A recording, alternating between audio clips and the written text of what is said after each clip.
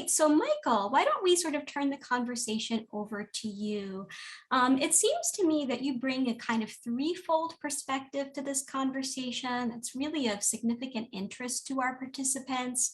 Not only have you leveraged your training in the humanities into your current role, but you've also remained really kind of connected to your love of theater and have played a hugely significant role in helping aspiring professionals land their first publishing jobs. So can you tell us a bit about your career journey and from your kind of dual perspective, at one time a job seeker yourself to also certainly a recruiter over many years, what advice might you give to some of our attendees today?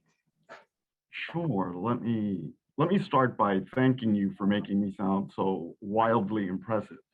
I want to tape that and send it off to friends and neighbors.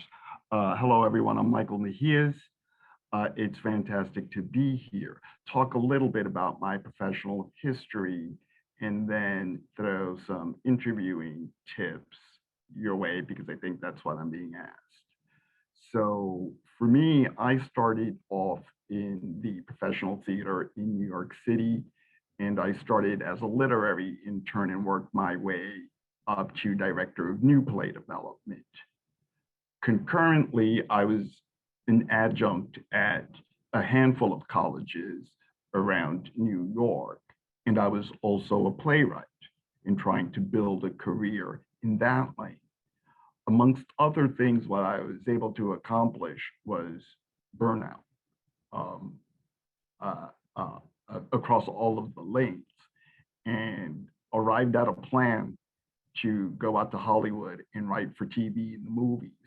But I had a lease, and so I spoke to a couple of friends and ended up getting a job at Writer's House, which was pretty amazing since I was wildly unqualified for the job.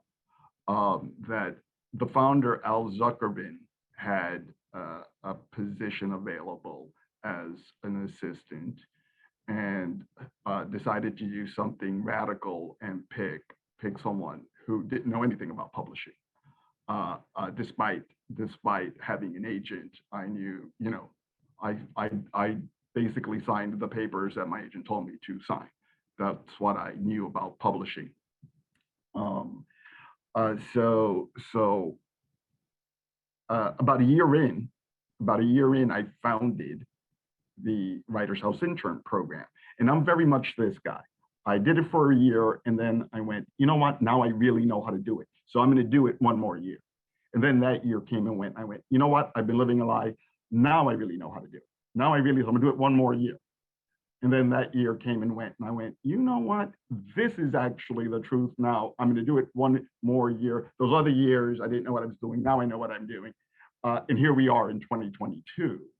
And this program has become the Cadillac program of the business somehow, that I recall starting with maybe 12 applicants for the term. I now field about 1,200. In the summer, it gets up to 2,000. We have a very high batting average with regards to placement, which goes a long way to qualifying those numbers.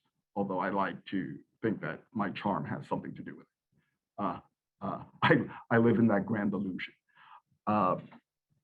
So over the course of those 22 years and interviewing what has to be thousands of people now, and teaching seminars, overseeing seminars on interviewing techniques, I've developed some ideas on the subject, and I'll share a few of them today.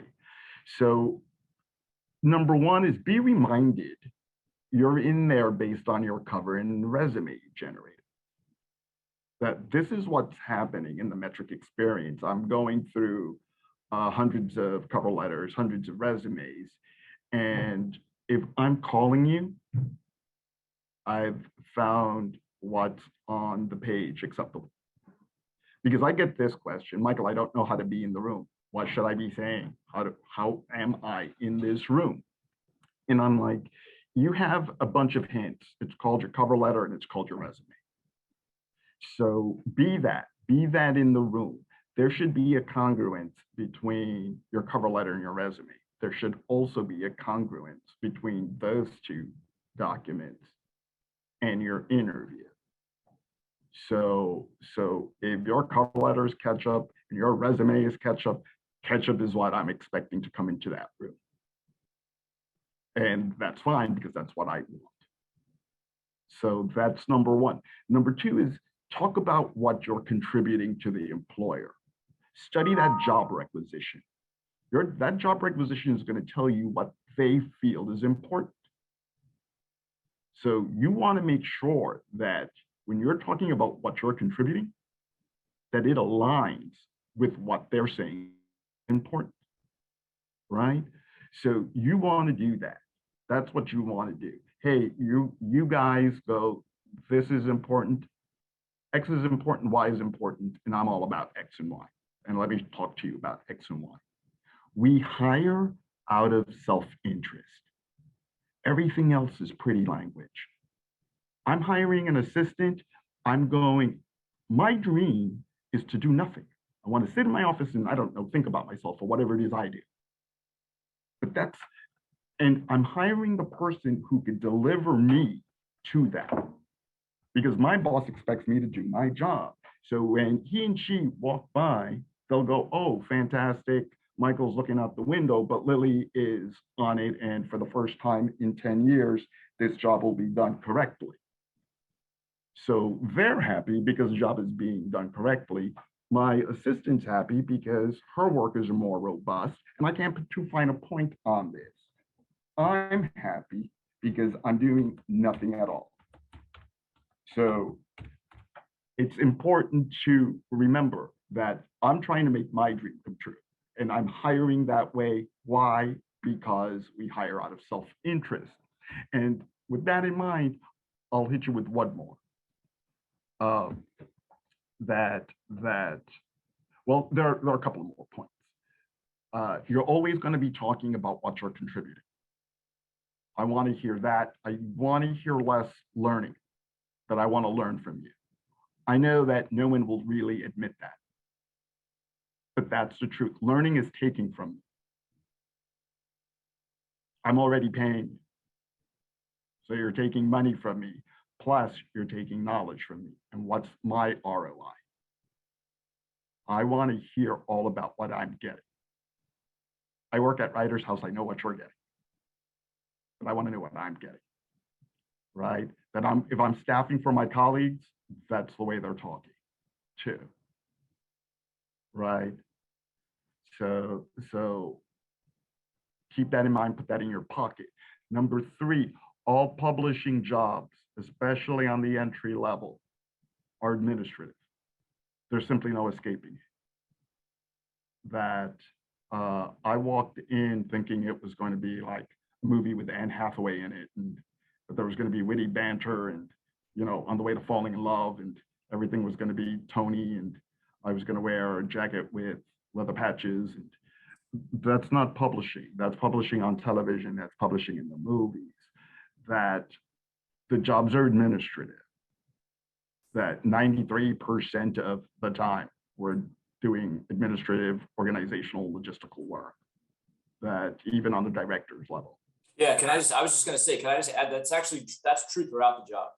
That's, yeah, at least in my experience. That is not, Michael is absolutely right at the like entry level, but, and I know you're going to sort of ask about it, but that's a lot of what we do. People think we just read all the time and just ponder how to like improve manuscripts and stuff like that. And like, you know, we all wish we did a lot more of that than we do.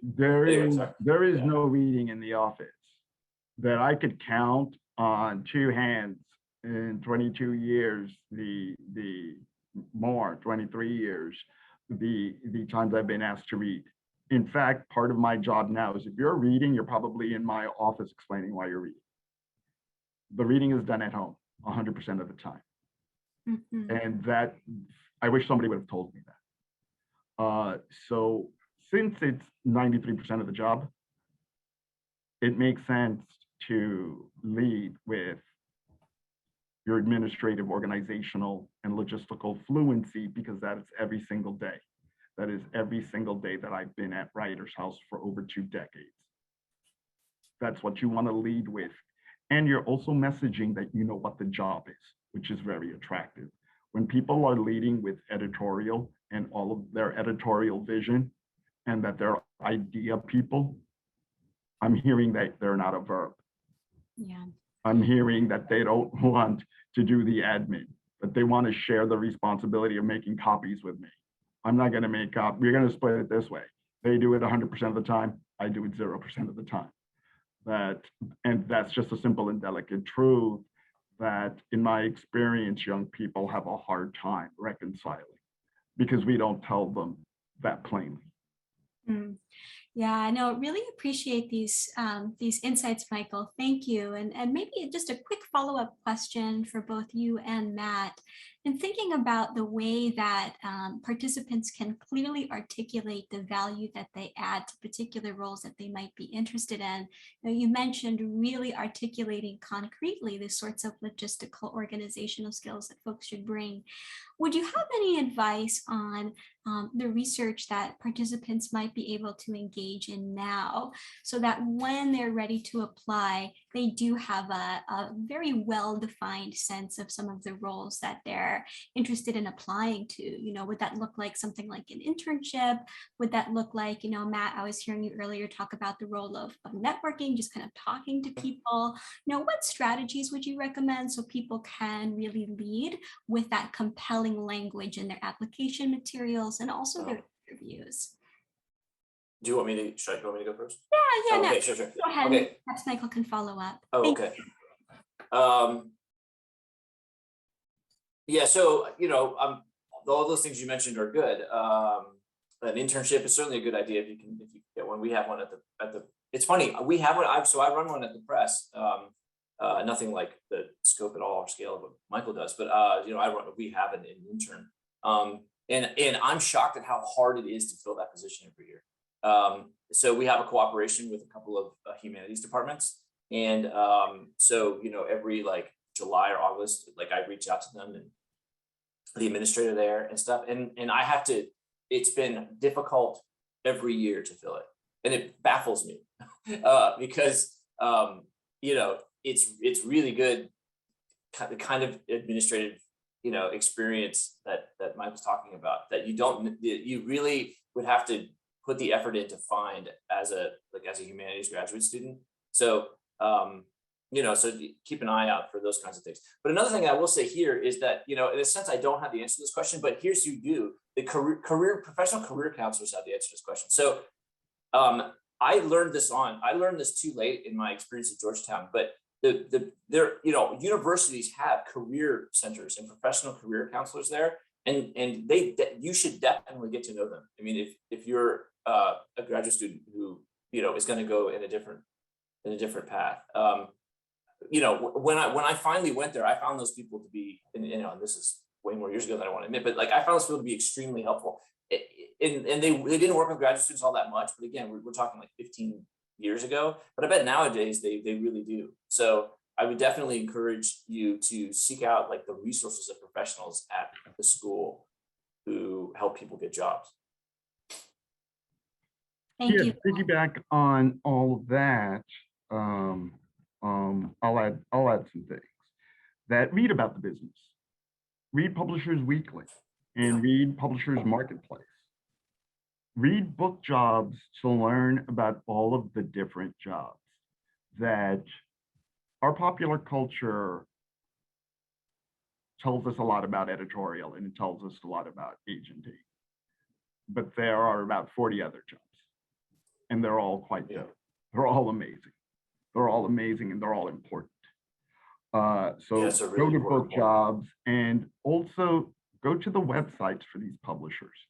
Go to their career opportunity sections and start to study job requisitions. That it's a wonderful resource. Not only do you get to know the jobs, you get to know what skill sets are primary for those jobs. right? Informational interviews that be reaching out vis-a-vis LinkedIn. That's what it's for. I would reach out to HR people, go, hey, I'm really interested in managing ed and production. Will you talk to me for 15 minutes about here's my resume and can we talk about those opportunities? What can I be doing to get a leg up, right? So, and beyond that, use LinkedIn to reach out to assistants that I'm used to being reached out to, so is Matt, but our schedules are pretty cramped. I love it when young people are advocating for young people, because your next step isn't to be Michael or Matt. Your next step is to be Liddy Santiago, who's my assistant. So what's that like to be her? What's that like? What should we expect? Hey, I've never lived in New York. What's that like? Everything from living in New York on $40,000 to how much admin is a lot of admin. How much are you actually reading? Are you really? I mean, he has said that all you do is read at home and it's never at work. Is that true? I'm hoping he's lying. Whatever you want to, because you're probably not going to say these things to me, but you might say it to somebody that's your age that you could easily identify with. And those people are way more accessible. And you're getting way more, it's a bigger ROI, I feel. And then there's this, book events. And a quickie on that there are going to be people Matt's age, my age, around the author. That's probably the agent and the editor, and then somebody else who's the publicist, right? That's the holy trinity around the author. Then there are going to be young people who are satelliting the three of us. Those are the assistants. And so the assistants are working. And those are the guys you want to approach. And this is when you're going to do it. You're going to approach them when they start to eat and drink. Because at that point, their night is over. They've gotten the high sign from me. They've gotten the high signs from their report twos. And that's when you want to approach them. And you want to ask them an informed question. You don't want things to be weird, right? So you're asking them, right? So you ask them an informed question that communicates that you mean business and that this is a professional interaction that's occurring. It isn't a personal one. It isn't a social one. It doesn't promise to be that. It doesn't have those ambitions or designs. So an informed question is like, hey, I'm teaching myself Salesforce. I'm wondering if there's something else that I could be learning, teaching myself that'll help me when it's time to learn the programs for publicity or for marketing. Something like that communicates I'm serious. Yeah, I really appreciate these insights. Just a couple of 2 quick points of follow-up. The first thing to note, a little bit of housekeeping, since we're already about halfway through our session. If any folks have questions that you want to enter into the chat or go ahead and raise your hand and ask, please do feel free to do that. We do welcome this opportunity for conversation with you. And then Michael, we did have a question come in from a participant asking for maybe a little bit more detail around a point that you mentioned that I think is probably shared by many of our participants, sort of wondering about the extent to which some of the sort of informational interview questions that you're sort of referencing here might be welcomed by certain professionals, or maybe they would be perceived as an imposition by others. So this person was mentioning some reticence about reaching out to HR professionals. So thinking about sort of yourselves and the different colleagues that you work with, can you comment a little bit more on the sorts of professionals who might welcome this sort of conversation and the context in which it's appropriate to engage in that cold outreach? And you did mention LinkedIn and things like that, but maybe just a little bit more detail there would be helpful. I feel this way, and I've gotten into a pretty heated debates with my colleagues who work HR across publishing, that's their job. I want to know absolutely everyone who is interested in the Writers House intern program and wants to work at Writers House. And it's my job to make time. It's my job to engage. That if you don't want to do that, I'm curious as to why you have that job. You know, firefighters put out fire. It's just weird to not want to do that. That this is what we do. This is what LinkedIn is actually for. So I don't understand why they would be on LinkedIn and have the jobs that they have if they don't want young people expressing interest in working where they're employed, since it is their job to identify these people and engage them. That's their job in their job description. So I'm less concerned about their mood. And I want to encourage the young people to do what, show up for your life and advocate for yourself and say, hey, I want to work at Simon & Schuster and I want to work at Penguin Random House. And if it isn't you, can you direct me to the person I should be having this conversation with? Mm-hmm. And I think that's entirely fair. I think that's entirely fair. I can't speak for HR people anywhere else. I could just tell you how I would react, but I know that it's true and I understand everybody's reticence. Mm-hmm. That I would feel less than expert if somebody was afraid to engage me. I would have to audit how I practice not only my job, not only my profession and vocation, but how I practice my life. Mm-hmm. So I want to encourage you young folks to be aggressive. You've made great investments of your resources and you get to be the thing you want to be. Thank you, Michael. Any thoughts on this as well, Matt? So I'm sorry, can you remind me the specific prompt?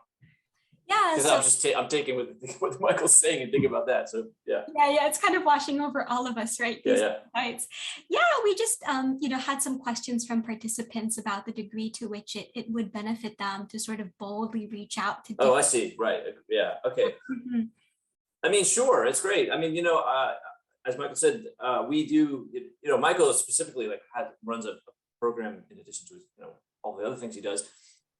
So I suppose people know to contact him, but I mean, I get contacted too from people about working and I'm not always sort of able to be helpful, frankly, just because of my schedule.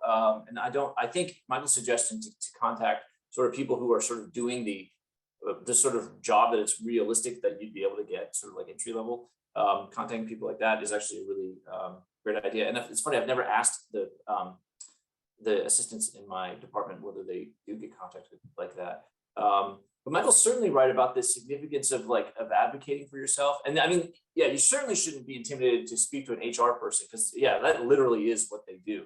And if you are intimidated by it, do a little work on that because that is as easy as it's going to get in terms of sort of cold calling somebody in a profession. It's, calling the people whose job it is to recruit people into that profession. So, and then you do have to be sort of realistic, so, if you're, reaching out, it's probably not the best idea to reach out to the editorial director or the editor in chief or the president of, you have to be sort of realistic though. I suppose that goes without saying perhaps, but, and one thing that there's an interesting dynamic here going on. So Michael and I are in two very sort of different, very different, but two different worlds in publishing. So I'm in the university press publishing world, and Michael is in the trade publishing world. And so some of this stuff works a little bit differently. In one sense, the trade publishing world is just massive and so much bigger. But in another sense too, you do have, like I did when I was a graduate student, there are academic conferences, for example, that a lot of universities, sometimes trade presses go, but university presses go to. That can provide, it did for me at least, a somewhat easier entryway to getting to know people who work in the field. Because I did talk to editorial assistants in addition to editors, when I was trying to get to them. So anyway. Okay. Oh, great. Really helpful. Thank you. I mean, this sorts of nuts and bolts advice around who exactly do you reach out to when you want to take that first step is often, I think, the major question that folks have in mind. So your comments around this are really helpful. I'll just add one thing. So Michael, he mentioned publishers marketplace. And so that's really, you definitely should read that. So for the, in the university press world, there's the Association of University Presses website. That has information about university presses, and there is a job board there. So that's where most of the university press jobs are announced. Some are announced on Media Bistro is another one. So yeah, definitely sort of get yourself familiar with those websites and publications. Mhm.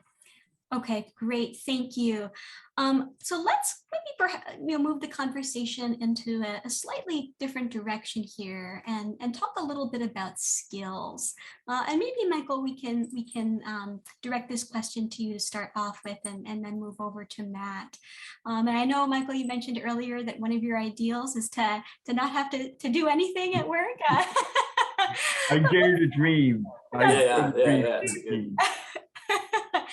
But can you tell us a little bit about what maybe a typical workday looks like for you as you're kind of moving forward different projects and initiatives, as specific as you can be? What kind of skills do you leverage? And similarly, what skills do you identify as really essential for prospective candidates at literary agencies? Earlier, you got into some of those administrative, logistical skills, thinking about the portfolios that you find compelling. And what advice do you have for graduate students thinking about, how many of them are really immersed in the academic study of the humanities now? What skills would it benefit them to acquire when they're considering moving into this world? Okay. Before I start, I just wanted to address a question in the chat that somebody who felt that they were too old to be interns. The oldest person I've graduated from the program was 62, and she was placed at a job. She worked at Penguin back when it was just Penguin, and worked there very happily for a decade. That I get a lot of career switchers. So I'm not sure how old the person who posited that question is, but I wanted to make it clear. There are advantages to being a mature candidate, and that should be said out loud.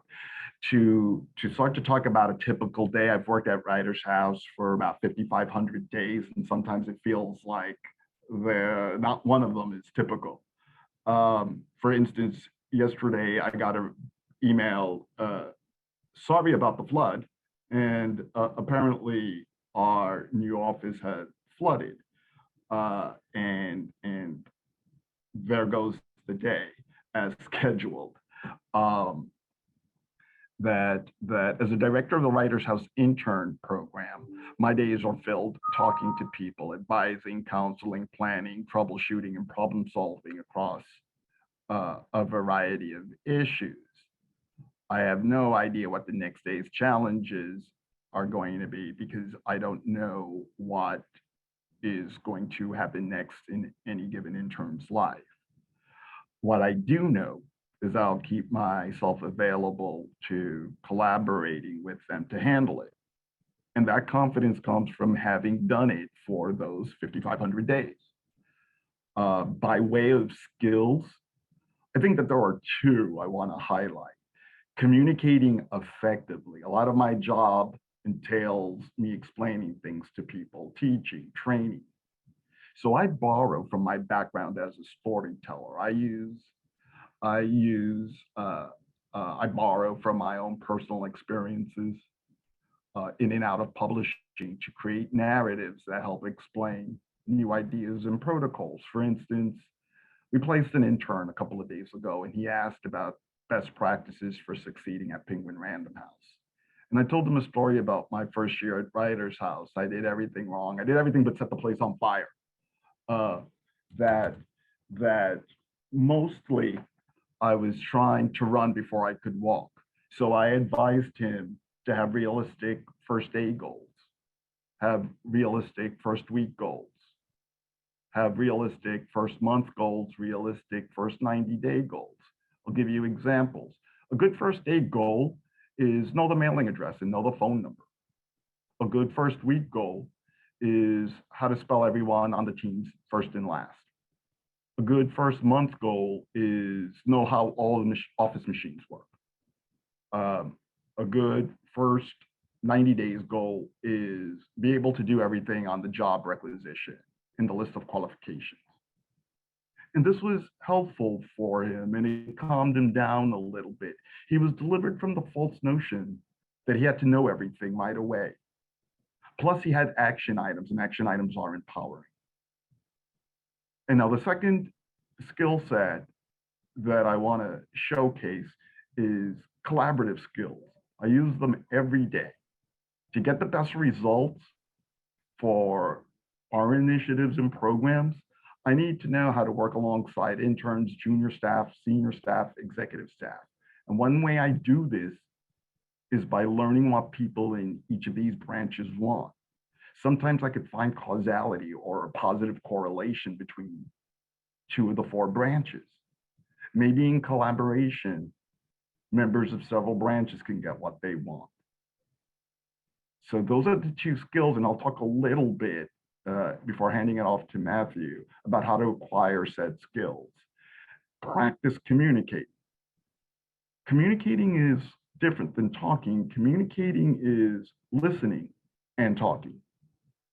So I always invite my interns to practice by recording themselves, play it back. Do they like what they hear? If not, course correct, edit. Right?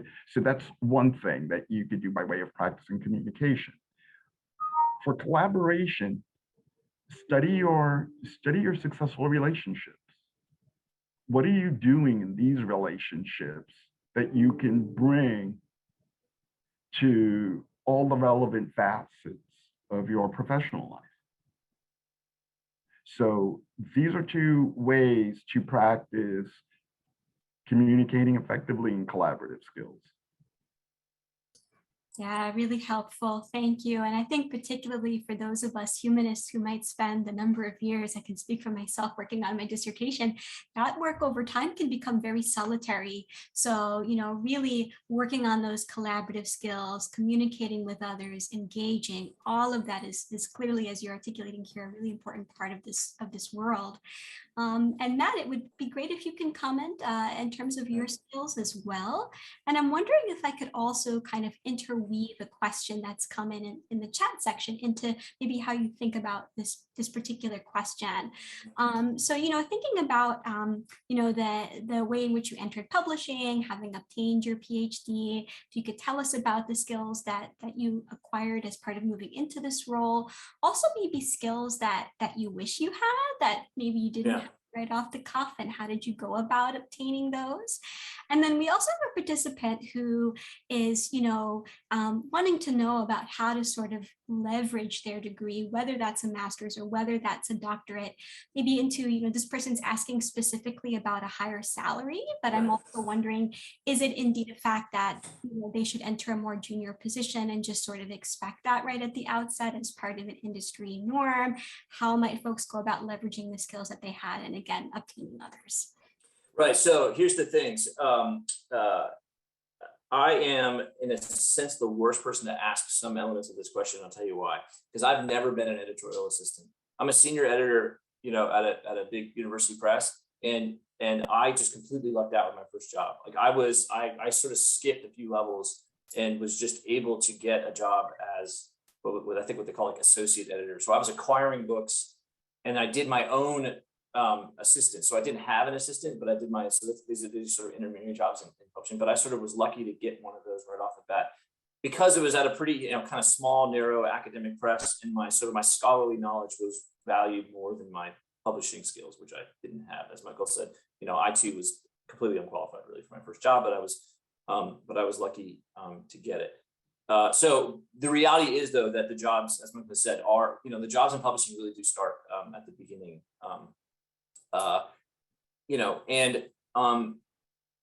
I can't speak for what it's like at other places. I mean, this may be a thing to have some of the candid conversations that Michael mentions with people who work at these places to try to get a sense of it. At some places it's inherently hierarchical, but in some places it's unpleasantly so, I think, for people who are starting out. And so that would be a thing you would want to know. But it's pretty hard to avoid, even if you have an advanced degree. And so, in fact, what I'll say is this is no longer the case, which is a good thing, but it used to be the case that you probably wouldn't get hired, in fact, as an editorial assistant at a university press, at least, if you had a PhD, because people would just say like, oh God, you're gonna, you'd hear this talk like you're overqualified. Now that has changed. That really has changed in the past 10 years or so. So I think the way to think about it is is a kind of like, well, it doesn't disqualify you anymore, you know. So that's the way to sort of think about that. The skills I wish so a big part of my job, as it turns out, is project management. And I had no project management skills. And in fact, you know, I still have a long way to go, and I've been doing this a long time. Yeah, but a lot of it's project management, like a big part of, you know, so for scholarly publishing, like peer review is a big part of what we do. So I have to manage like a peer review process. You know, I have just you know, loads and loads of projects at different, you know, some in production, some in copy editing, some at the proposal stage, some out for review, you know. And so, you know, the skills of sort of being organized and sort of being able to manage, you know, complex projects was skills that I did not acquire at all in graduate school, that ones that don't come sort of easily to me. So those are ones I wish I had. I mean, I certainly do. And again, this may be more true in the kind of publishing I do than Michael. I don't really know, but you know, the skills I learned in sort of how to read arguments and how to talk like ideas with academics. It's not to say that someone who is an academic can't do that, of course, but you know, those were skills that I was able to use. So that I did get in graduate school. One thing, so I want to add one thing to this, in case I don't remember to say it, but I will say, like, I would have been, had I been one of the people like listening right now, you know, 15 years ago, I would have been extremely intimidated to hear some of this stuff. All of this talk about like the world outside academia, and it is really intimidating. So one thing I really would encourage people to do, a lot of academics don't know anybody except academics, and the sort of real adults in their lives are professors. So, you know, one just really early on thing I would encourage you to do before you even think specifically about like skills and how to talk about them and how to acquire them is to sort of try to get friends that like have, you know, get to know people who aren't academics. And one real good reason to do that is you will disabuse yourself of the idea that if you don't become a professor, you can't have a kind of intellectual life, because that just isn't true at all. I think the real thing that a lot of, you know, PhDs face when they're at this precipice of sort of whether or not to become professors is this idea of like, what kind of person am I going to be if I'm not a professor? And the fact of the matter, and that's really hard. There's a lot of identity things and there's a lot of prestige things. Like academia works on its own prestige economy that's different from the world outside of it. But there are, you know, you can take steps to sort of really just kind of, like I said, like, because those things are actually not all that real. You can have a very fulfilling intellectual life. There's plenty of people who are smart and interesting and fun who don't do anything having to do with academia. So that's it, you know, I just wanted to sort of get that out there. And sorry, one more thing I'll say in relation to that is I know that this is a publishing thing, but I hope that you guys do things and bring in like real estate agents and like people who sell insurance and people who work at, you know, tech startups, you know, because like that's another thing I encourage, like look for non-academia adjacent jobs. I mean, don't just look at the ones that are really, because I'm really close to being a professor. I just don't teach, you know, but I'm pretty kind of close. You know, I mean, Michael's farther away, but again, he works with books, you know, I mean, so like, give yourself a chance to look at things that are not academia adjacent as well. Sorry, I talked too much. Oh, no, Matt, that was actually all. I think so. Okay, great. Everything that you've said here, thank you. Because I think that a lot of this conversation that you're now sort of hitting on directly really does incorporate the relationship between identity and then one's profession, right? And I think many of us who have been formed in academic training, it becomes so much more than certainly a means of employment. It's about who we are, right? The things we value, how we engage the world. And I really think you're onto something, that there is this common sense that leaving the academy is about leaving so much more than a modality of employment. It's about really touching into some of the deepest parts of ourselves. And so I'm actually wondering, Michael, if you might be willing to sort of pick up on this theme a little bit and reflecting on your own disciplinary training, the work that you've done with theater and the arts. You know, what connection does your own kind of academic training and intellectual life have in tandem with the work that you do now? And argue with Matt in that there are lots of ways to find really robust intellectual fulfillment beyond the academy as we might understand it, narrowly within the professoriate. Yes, thank you. A couple of things. I've a couple of PhD candidates in my program now. very happily engaged, successful, and one just landed a job last week. And she's over the moon that she's starting her career. That I'll invite you to ask yourselves, what do you want? What do you want your life to look like beyond school? How are you going to populate that, and with what kinds of people, and for what purpose, and why?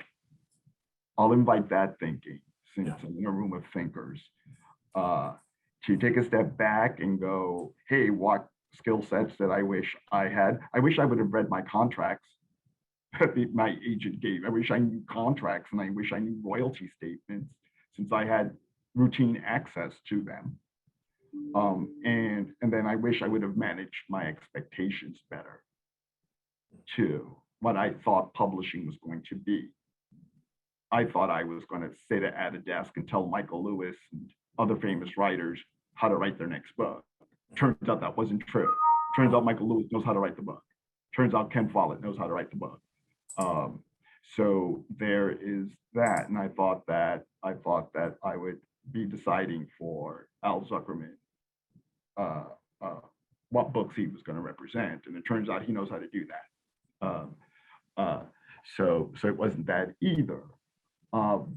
My academic profile delivered me to this simple and delicate truth. Got through my joint BA, MA in theater, and this was really what I concluded, that there was a lot of work to do toward inclusivity and representation. That I have a BA, I have a master's in theater, and I could have done so without even studying a play by a woman or a BIPOC playwright. Sans A Raisin in the Sun, which checked both boxes. And I was very aggressive in asking professors to include as required reading, not suggested reading, which I think messages the wrong thing, but as required reading, the plays by Marie Irene Fornés and August Wilson and Audrey Kennedy and David Henry Wang and Miguel Pinheiro. And this labeled me, amongst other things, a militant, but I didn't think so, and I don't think so now. These playwrights are part of our American theater history, and to exclude them is not only racist and irresponsible, but it makes us content to betray facts. And as thought leaders and future thought leaders, we have to defend that. We have to be very vocal about that. And I tell you this because my major work in publishing focuses on creating substantive diversity in the book business. And I tell you this because my major work in the theater is to create diversity in the theater. I'm the founding executive director of Included, and I'm the executive director of the Dramatic Question Theater out of necessity, because these organizations need to exist.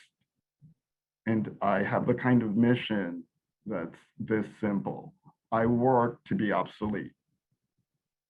But what I'm bringing to the table, all of the thoughts and ideas and training, academic, and just what I've picked up in life, is for the purpose of not needing them anymore. And that's how I answer that. Yeah. No, this is so appreciated. And just to think about the dual way in which not only are you robustly intellectually engaging so much, but also in this intellectually engaged space doing this kind of advocacy work. And I think it's so interesting to sort of hear about, the angle from which you are intervening in this conversation. And as you're saying, doing this work in hopes that one day, it's almost like you're saying you want to become obsolete, right? But again, sort of really leveraging the position that you have in this kind of really important way. Thank you. So in our last 3 minutes or so, as we come to the end of the hour, I think that one direction that our conversation has gone in today is helping our attendees understand that so much of our lives don't often follow the kind of maybe linear trajectories that we sometimes think they will, or almost wish they will when we're grappling with a certain degree of uncertainty. And so I'm wondering if you both could just briefly comment on any brushes that you might have had with uncertainty or failure, or your careers going in a direction that you might not have anticipated. And, how did you grapple with that and develop resilience around that? If Matt, perhaps you could briefly comment, and then we'll have Michael have the last word for us.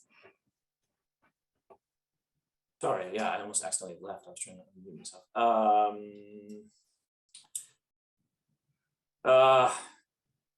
Sorry, I'm not prepared to answer. I don't know. Certainly faced a lot of. Maybe you won't mind if I answer a different question. So because it has to do with failure. So I think having been a graduate student in humanities and then gone and done this other thing that I didn't fail at, thankfully, but you definitely. So it's just going to relate to my last comment. Like, it definitely can feel like a failure if you don't become a professor, and it isn't.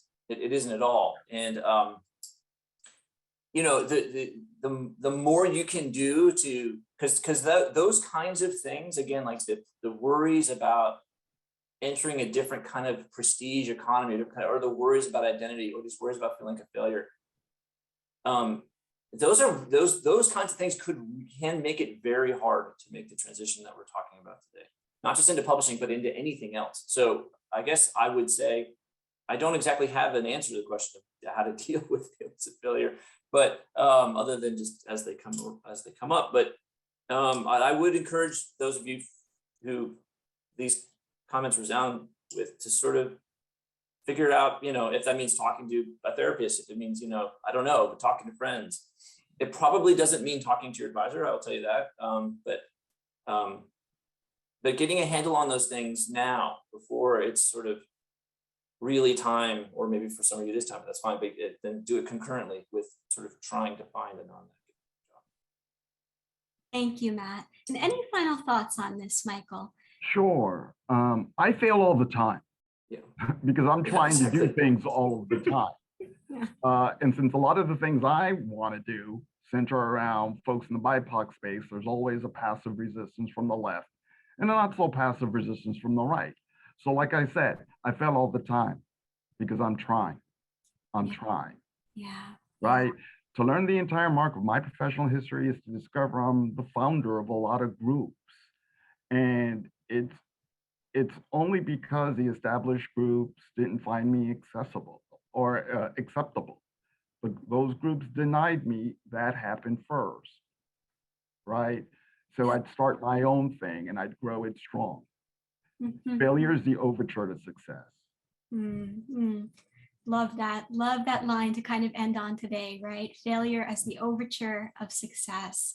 Well, listen, Michael, Matt, thank you so much for your insights today, for taking time out of your busy schedules to reflect with us, to have this discussion. So appreciated. Thank you as well to our participants for joining, for your engagement.